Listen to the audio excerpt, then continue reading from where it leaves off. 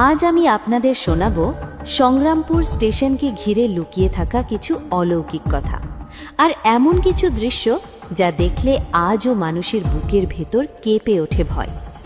অনেক বছর আগে এই জায়গাটা এমন ছিল না। কথিত আছে এই এলাকার পুরনো জমিদার আর সাহসী যোদ্ধারা বহিরাগতদের বিরুদ্ধে ভয়ঙ্কর সংগ্রাম করেছিলেন। রক্ত, চিৎকার আর প্রতিরোধের সেই ইতিহাস থেকেই এই জায়গার নাম হয়ে যায় সংগ্রামপুর। 1920-র দশকে যখন এই রেল লাইনটি সম্প্রসারিত হয়, তখন সংগ্রামপুর ছিল ডাকাতদের স্বর্গরাজ্য।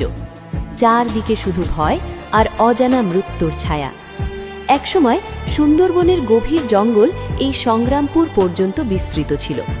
রাত নামলেই চারদিক নিস্তব্ধ হয়ে যেত, আর দূর থেকে শোনা যেত শেয়ালের করুণ ডাক।